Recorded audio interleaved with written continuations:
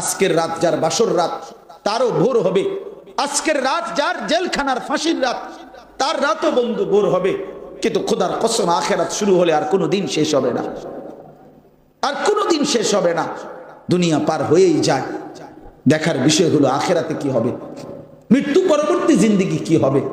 আমরা আপনাদের কাছে আবেদন করি, আমরা আপনাদের কাছে কান্না অনুনয় বিনয় করি, প্রতিটা মুসলমান আল্লাহর দিকে ফিরেন, আল্লাহকে ভয় করেন, আল্লাহকে ভয় করেন, আল্লাহকে ভয় করেন, আল্লাহকে ভয় করেন। এই কোরআনুল কারীমের মধ্যে আল্লাহ তাআলা 89 বার, 8, 9, 89 বার আল্লাহ তাআলা আমাদেরকে একটা শব্দ দিয়া ডাকছেন। সেই শব্দটা হলো ইয়া আইয়ুহাল্লাযীনা আমানু, হে ঈমানদারগণ, হে ঈমানদারগণ, হে ঈমানদারগণ, হে মুমিনগণ। আহা তোমরা আমার, তোমরা আমার, তোমরা আমার বান্দা, তোমরা আমার ঈমানদার বান্দা। 89 বার আল্লাহ তাআলা আমাদেরকে ডেকেছেন হে ঈমানদারগণ। এই 89 বারের ঈমানদারগণ বলে ডেকে এর মধ্যে বহুবার বারবার আল্লাহ তাআলা একটা কথা আমাদেরকে বলছে, ইত্তাকুল্লাহ, ইত্তাকুল্লাহ, ইত্তাকুল্লাহ, ইত্তাকুল্লাহ, ইত্তাকুল্লাহ। বারবার বলছে বান্দা মুমিন তুমি আমার, তুমি ভুল কইরো না। তোমারে আমি ঈমান দিয়েছি, তোমারে আমি মুসলমান বানিয়েছি, তোমারে আমি মুমিন বানিয়েছি, তোমার ঈমান আমি গ্রহণ করেছি, তোমারে ঈমানদার বলে আমি স্বীকৃতি দিয়েছি। এজন্যই তো তোমারে ডাক দিয়েছি। ডাক দিয়ে আমি তোমার কাছে একটা জিনিস চাই, ইত্তাকুল্লাহ, ইত্তাকুল্লাহ, ইত্তাকুল্লাহ। আল্লাহকে ভয় করো, আল্লাহকে ভয় করো, আল্লাহকে ভয় করো, আল্লাহকে ভয় করো, তাকওয়া অবলম্বন করো, নিজেকে মুত্তাকি বানাও।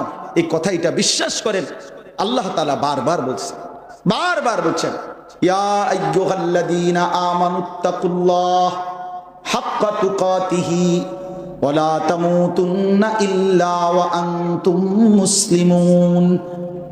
ইয়া আইয়ুহাল্লাযীনা আমানুত্তাকুল্লাহ ওয়া কুলু কাওলান সাদীদা ইউসলিহ লাকুম আমালাকুম ওয়া ইয়াগফির লাকুম যুনুবাকুম ওয়া মান ইউতি'ইল্লাহা ওয়া রাসূলাহু ফাকাদ ফাযা ফাওজান আযীমা। ইয়া আইয়ুহাল্লাযীনা আমানুত্তাকুল্লাহ ওয়া কুনু মা'আস সাদিকিন।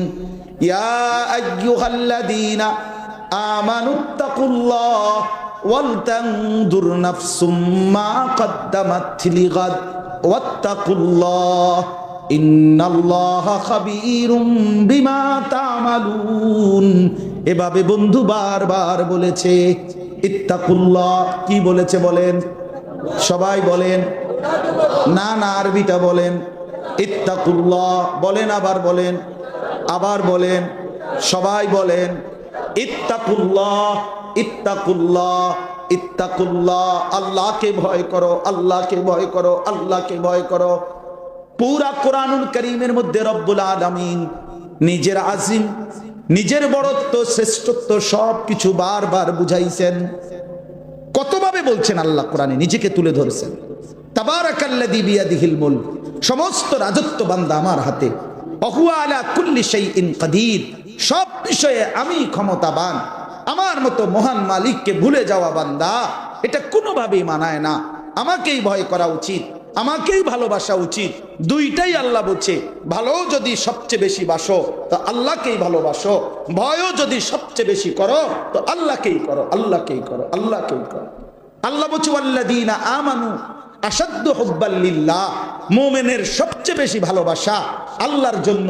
আবার আল্লাহই বলছেন ইন্নামাল মুমিনুনা আল্লাযীনা ইযা যুকিরাল্লাহ ওয়াজিলাত কুলুবুহুম, মুমিন তো তাদেরকেই বলে যারা আল্লাহর নাম শুনলে অন্তরাত্মা যাদের ভয়ে কেঁপে ওঠে, কেঁপে ওঠে। মান খাশিয়ার রহমানা বিল গায়ব, না দেখে যে মহান আল্লাহকে ভয় করে। তো আল্লাহর ভয় ঈমানদারের কাছে আল্লাহর চাওয়া, আমাদের কাছে আল্লাহর চাওয়া তাকওয়া। আল্লাহ আমাদের কাছে এটা চায়। আল্লাহ আমাদের, আল্লাহ যেন বলে বান্দা বিশ্বাস করো, আমি দয়া করে মায়া করে ঈমান তো এমনিই দিছি বেটা। সেদিন মায়ের পেট থেকে বের হইছিলা, আমি এক পবিত্র মুসলমান মায়ের ঘরে তোমারে জন্ম দিয়ে আমি যেন বলছি আনিস চলো ঈমানটা সাথেই নিয়ে যাও, ইসলামের পরিচয়টা সাথেই নিয়ে যাও। আর আমি মায়ের পেট থেকে বের হওয়ার পরে আমার ডান কাঁধে আর বাম কাঁধে আজান দিয়া একামত দিয়া আমারে যেন শুনায় দিছে, তুই বড় ভাগ্যবান, তুই এক ইমানদারের সন্তান। ভাইয়া, এটা কত বড় দৌলত, বিশ্বাস করেন। ঈমান কত বড় দৌলত। সাত আসমান ও জমিন যদি কাউকে 1000 বারও দেওয়া হয়, কিন্তু ঈমান নাই, আল্লাহর কসম তার এক কানা করি কোনো মূল্য নাই। এক কানা করি। পৃথিবীর সমস্ত বেঈমান কাফের, হিন্দু, বৌদ্ধ, খ্রিস্টান, ইহুদি, নাস্তিক, মুরতাদ, এরা সকলে মিলেও যদি পৃথিবীর সমস্ত ভালো কাজও করে, ঈমান না থাকার কারণে খোদার কসম আখিরাতে এক জাররা কোনো বিনিময় পাবে না, বিনিময় পাবে না। ফালা নুকিমু লাহুম ইয়াউমাল কিয়ামাতি ওয়াজনা। সূরা কাহফের মধ্যে আল্লাহ বলছে, সমস্ত বেঈমান কাফের হাসরের ময়দানে তাদের যাবতীয় কর্মকাণ্ড মিজানের পাল্লায় ওজনের জন্য দিলে তারা এক বিন্দুও ওজন আসবে না, আসবে না। অতএব আমার ভাই, আল্লাহ তাআলা আমাদেরকে ঈমান দিয়েছেন। এই যে ইয়া আইয়ুহাল্লাযীনা আমানু, এটা বললেই হে ঈমানদারগণ, এটা যদি বলে তা আপনারা কে কে হাত তুলবেন? চাই তোলেন তো। মানে এই ডাকে যে আপনারে ডাকছে, এ কথা আপনি বুঝছেন নি? বলেন, বলেন আপনারা সবাই বুঝছেন কিনা বলেন। তাহলে এই যে বুঝলেন, হাত নামান, যে আমারে ডাকছে। ইয়া আইয়ুহাল্লাযীনা আমানু বলাতে, হে ঈমানদারগণ বলাতে যে আপনি হাত তুললেন, আপনি যে বুঝলেন যে এটা আমারে ডাকছে, আমারে বলছে, এর চাইতে বড় সৌভাগ্য আর কি? এর চাইতে বড় সৌভাগ্য আর কি? তো সেই আল্লাহ তাআলা আমাদেরকে ঈমান দিলেন, এমনি দিলেন। আমি গত আগস্ট মাসে উত্তরবঙ্গ দিনাজপুরে দাওয়াত ও তাবলীগের মেহনতে এক চিল্লা সময় দিছিলাম। এই চিল্লার সফরে আমার 26 জন সাথী ছিল আমার সাথে। পুরা 40 দিন আল্লাহর রাস্তায় ছিলাম। 16 জন আলেম আমার সাথে ছিল। 40 দিন আলহামদুলিল্লাহ আমরা দিনাজপুরে মেহনত করছিলাম। আল্লাহর দয়ায়, আল্লাহ পাকের মেহেরবানিতে আল্লাহ করাইছেন।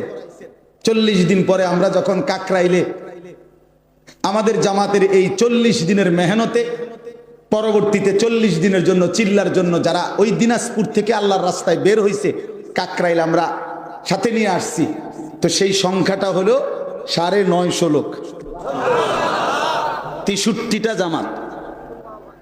কাকরাইলের মিম্বর থেকে কাকরাইলের মুরব্বী 5 বার বা 6 বার জিজ্ঞাসা করছে কথা এটা যে কয় জামাত। তা আমাকে মৌলানা সাহেব একজন বললো 63। উনি এটা বোঝেই না কথা এটা যে কি কয় হইতে। আলহামদুলিল্লাহ আল্লাহ করাইছে। তো বলতেছিলাম ওই সময় একজন 72 বছর বয়স্ক একটা লোক, তার 2 ছেলে মুসলমান, লোকটা হিন্দু। ওনার ছেলেরা আমগোর কাছে বলছিল যে হুজুর, আমার বাবারে যদি একটু কালেমার দাওয়াত দিতেন। আমি 3 জন হুজুর সহ, আমি একজন, আরো 2 জন আলেম নিয়া 2.5 ঘন্টার চাইতে বেশি ওই চাচারে, 72 বছর বয়স্ক লোকটা, কি পরিমাণ কাকুতি মিনতি করছি তার কাছে যে চাচা আপনি কালেমাটা পড়েন।